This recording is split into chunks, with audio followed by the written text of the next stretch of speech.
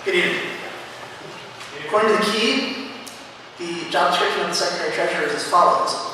The Secretary-Treasurer shall record the proceedings of the cabinet meetings, handle correspondence, manage the finances of the student government, and present a bi-semester report to the Student Senate. The Secretary-Treasurer shall also serve as Treasurer of the College Activities Council, dispensing the funds of that organization at the request of the College Activities Council after approval has been gained from the College Business Office.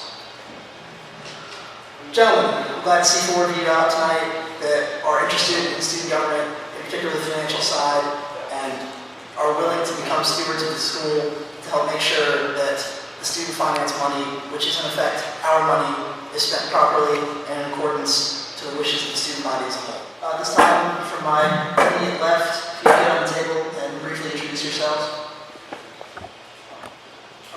Jordan Duncan, sophomore from Arena. I'm Raybuck. I'm from Lynchburg, and I'm majoring in economics at college.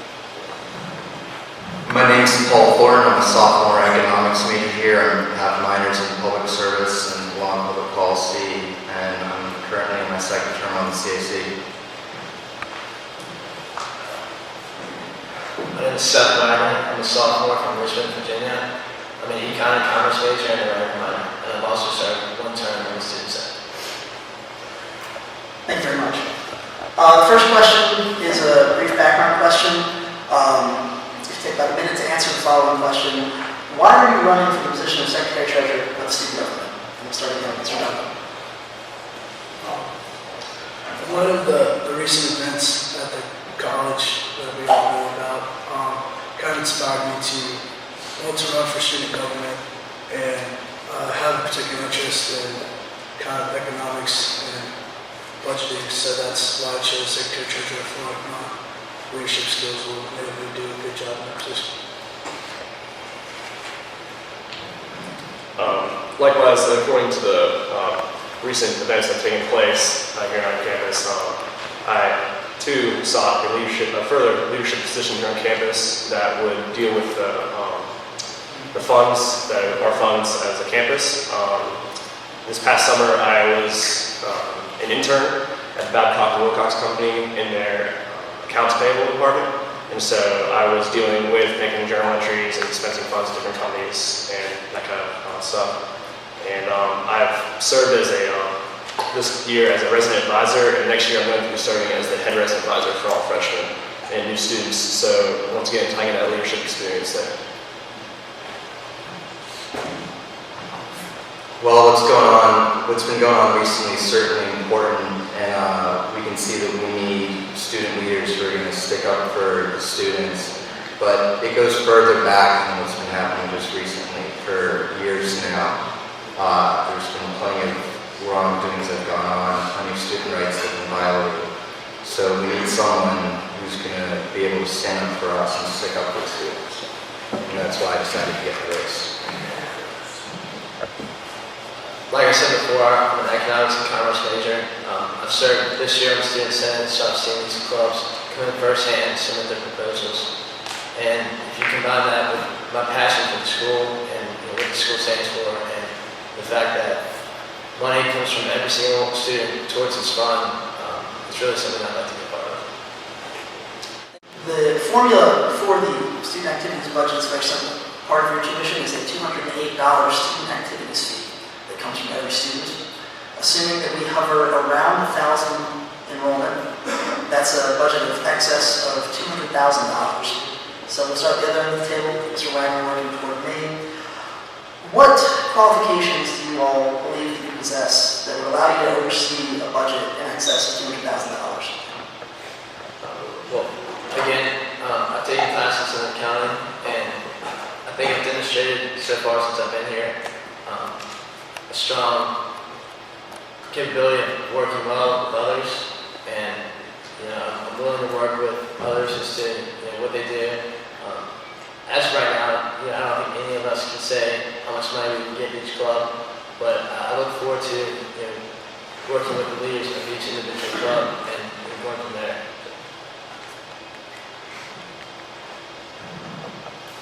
Well, over the course of my life, one of the things that I've done is I had a congressional campaign fellowship where I had to create a budget for a campaign office and make sure it got up and running. So I've had experience dealing with that. I've learned stuff in my economics classes, and then in the 2 years I've served on the CAC, we had to deal with our own budget there, which is the biggest budget out of all the activity clubs that come and get money from student activities for.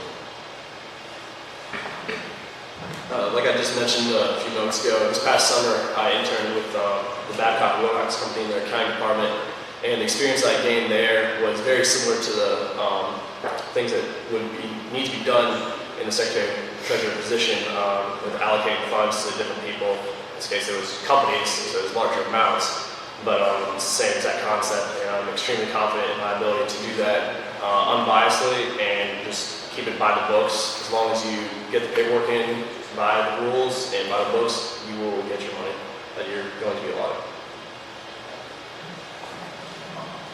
As a member of a lot of different organizations on campus, such as my fraternity football team, TAC, FCA, I feel like I have a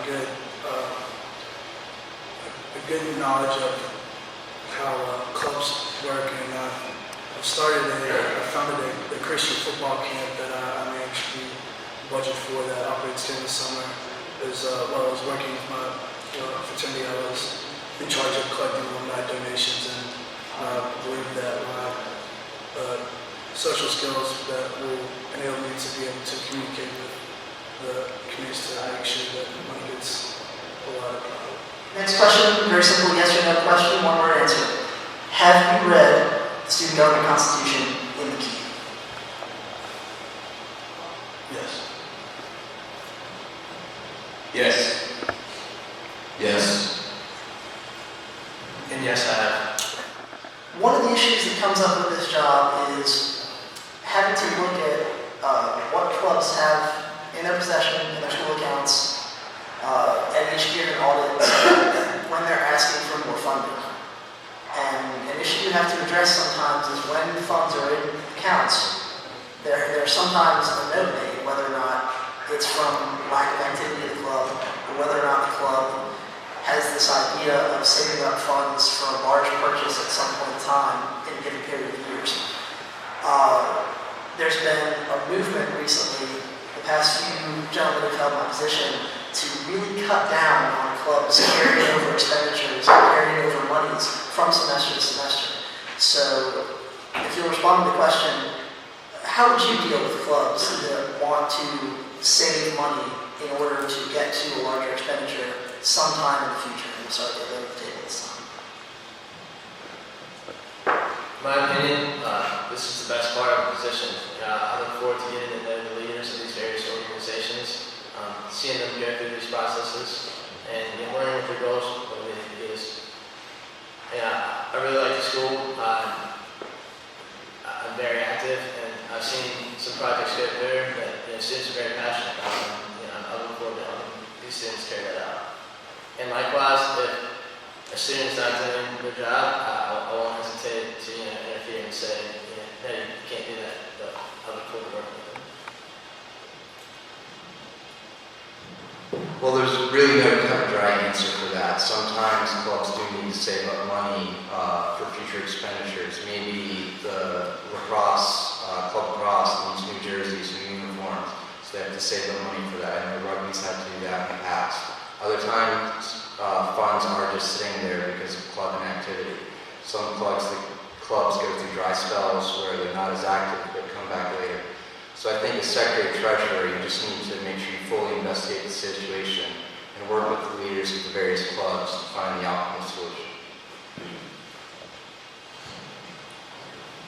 Like the last few candidates just mentioned, there's no really black or white answer for this. In my opinion, if the club were to very clearly state that they are saving funds for something, I am fine up to an extent of that.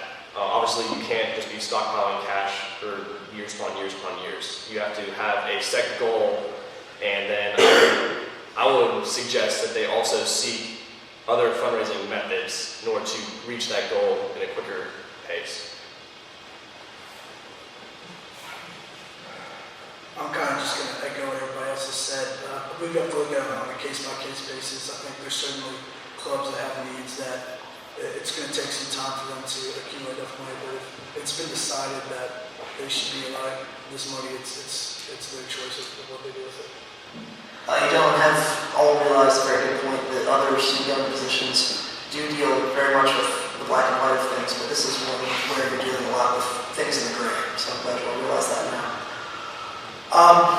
There's really two schools of thought along this line of gray area on how to give money out. There's a method that I employed during my tenure, which is a club that's asked for a certain amount of money, you grant them an amount somewhere in that ballpark they've asked for up front. There are others that subscribe to the school of thought that you should give all clubs a standard opening amount, a very small amount of money, and have them come to you and your student finance board whenever they'd like to make large purchases or throw events or have activities on this campus.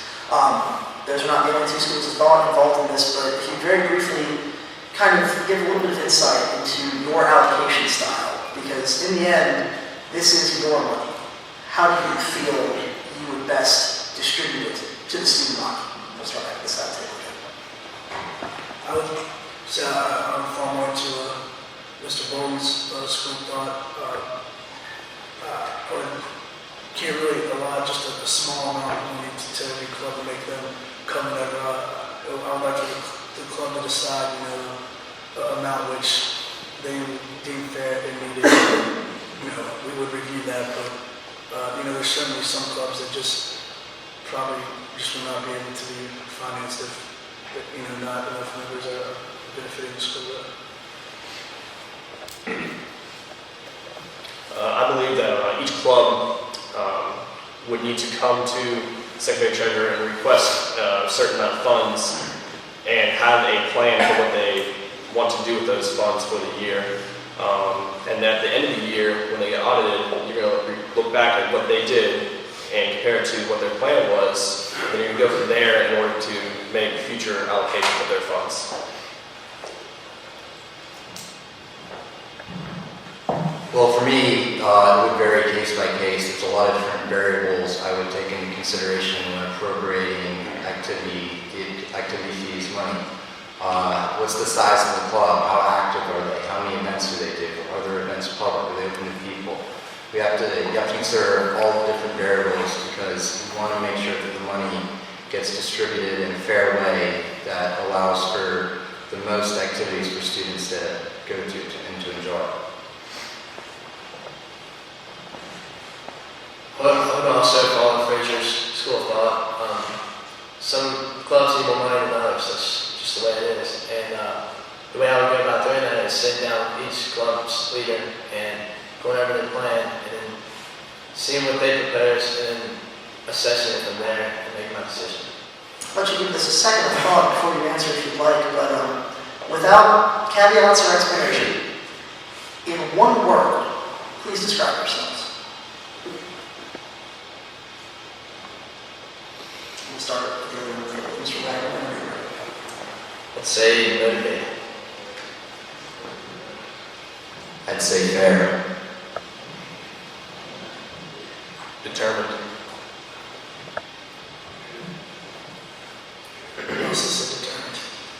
I'll ask you one more question before we open it to the floor for some audience questions if there are any. When we all were being recruited by Hampden-Sydney, we all came to this campus, we all drove through those gates, and something about this place made us want to be a part of it. If you would very briefly explain what it is about Hampden-Sydney you sort of fell in love with, what made you want to come here? And then respond to the question, is that emotion still around? And if it hasn't, if it isn't, why do you think that is? What's, if anything, made you change your mind about this place? When I very first came in, it was on a football recruiting trip, and instantly I was treated like I was a teammate to guys that had never known me before, and that just speaks to the fraternity feel of the school. And I would say, even though I've recent events, that feeling is still strong, and that would be, the main reason why I like this place. first came here for a visit several years ago now, I was immediately welcomed with a sense of brotherhood and camaraderie, and it was a just overwhelming presence. And ever since then, I've felt that way about several different clubs and organizations, and just their willingness to keep their doors open for everybody. There's not a whole lot of exclusion. Obviously, it does happen in some cases, but for the most part, it's a very open policy here on campus, and pretty much everyone is welcome with everybody. And through the events that we've come through the past few months, I've sensed that sense of camaraderie and brotherhood actually increase, and our willingness to work together for a common goal.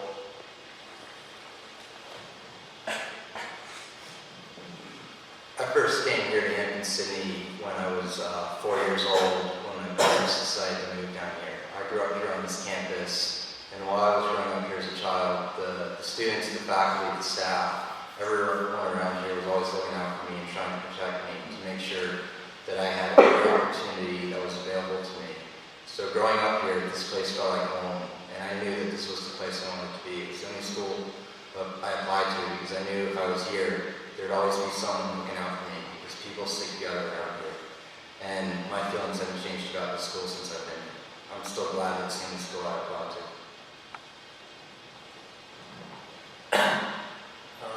Going back to my third or fourth weekend of freshman year, I took off for a weekend with a few other students to go visit a bigger public school.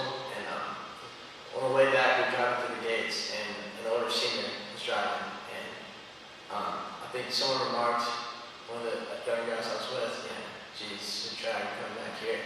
And the senior turned around and looked back at us and said, "What you guys talking about? I love this place." And I was really taken back after we'd spent a weekend at a larger public school and a lot of girls running around. It took some time for me to really understand his statement, or understand his statement. And I think towards the end of last year, I really got that. And it set in with me that this is really a place where the word brotherhood really means something. And I still believe that to this day. And we have a couple of minutes before my time is up here, so I'd like to open the floor to audience questions. If anybody has a question, be glad to acknowledge you, and we'll have the mic passed. I'd like to hear each of you, your thoughts on organizations raising money themselves, and in what ways can this position facilitate and help that, and is that something that should be done?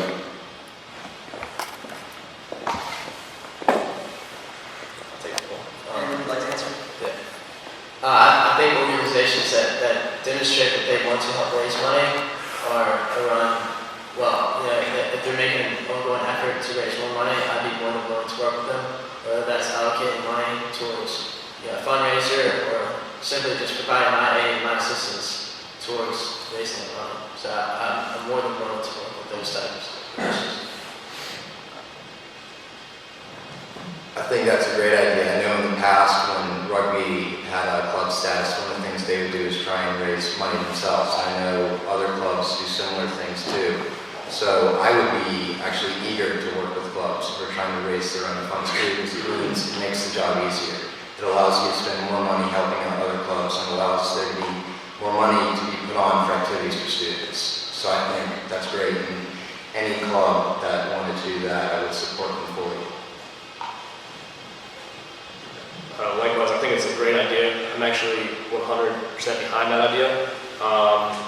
If a club wanted to request money in order to advertise or conduct some kind of fundraiser in order to raise more money, I'm 100% behind that, because they're taking the initiative to raise their own funds beyond what they would have been allocated originally, so that way they have more money towards activities where they want to do. I also believe that that's a wonderful idea. Hampden-Sydney, we don't like to sit around and not put an effort if there's something we really have a goal, really want, so that it would make our job a little bit easier. It would show that this club is benefiting the college, that they really have a good work ethic, and that would also, help for future budget allowance to that club. When deciding what clubs get how much money, would you look more at how many people are in a club and how many people are involved in the club, or would you look more at how active the club is as a whole and how many activities it is?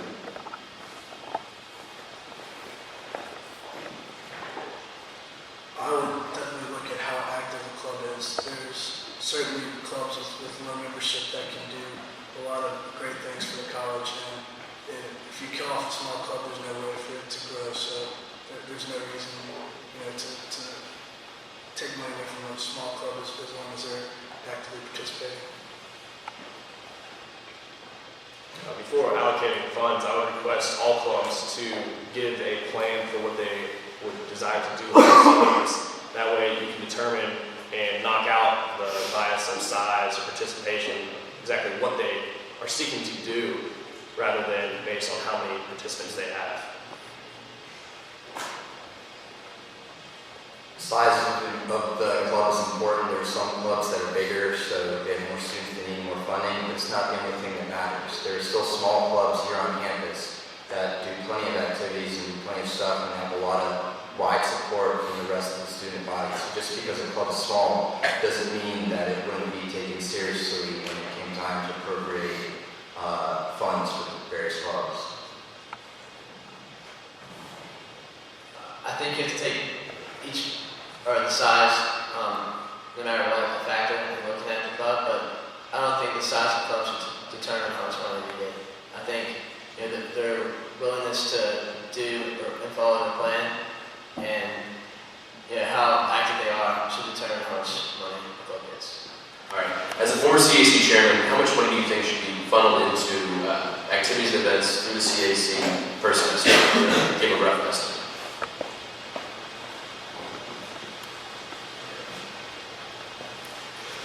Let's take that. I'm not extremely familiar with the budget that's been allotted to the CAC per semester. I probably would not differentiate too much from that, but a rough estimate I could say would maybe be around $2,000.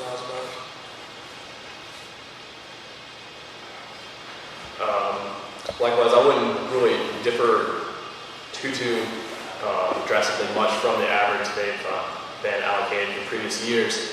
But if we're talking about a budget of roughly, you said $200,000 roughly per year, and you're talking half of that, you get $100,000, obviously, then you got to divvy that up per semester per club. And the CAC puts on a lot of expensive activities like concerts and everything, so obviously they're going to need more funds, roughly, than most other smaller clubs, like Outdoors Club, for instance. Very limited participation, it's not necessarily that expensive. Rough estimate, I would probably say in the neighborhood of $45,000 to $50,000.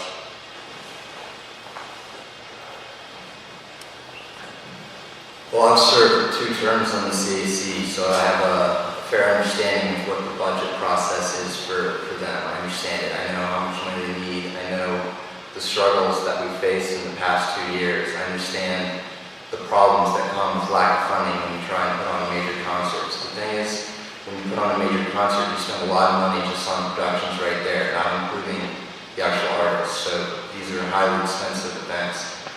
I understand that, I know that, and then, so if I had to give a ballpark number, I'd want to give the CAC anywhere between $50,000 to $7,000.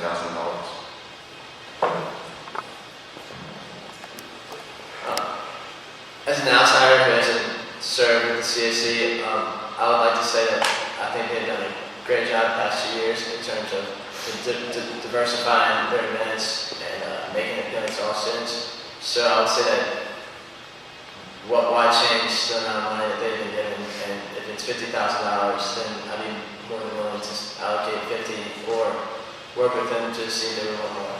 We'll end on a lighter note. We've had some serious discussion here tonight, but seniors in the audience will appreciate this. We're going to harken back for sort of an icebreaker question at the end of the debate here.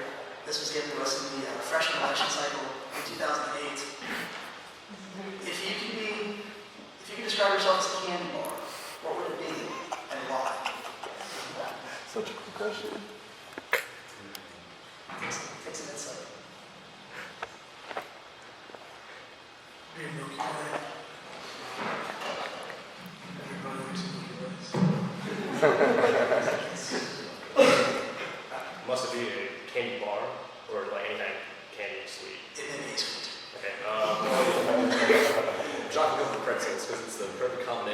salty and sweet.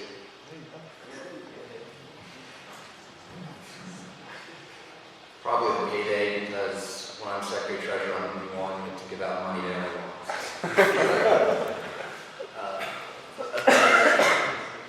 Bakery. All right, Slugger. The correct answer was 100 grand, because that's what you're dealing with each semester.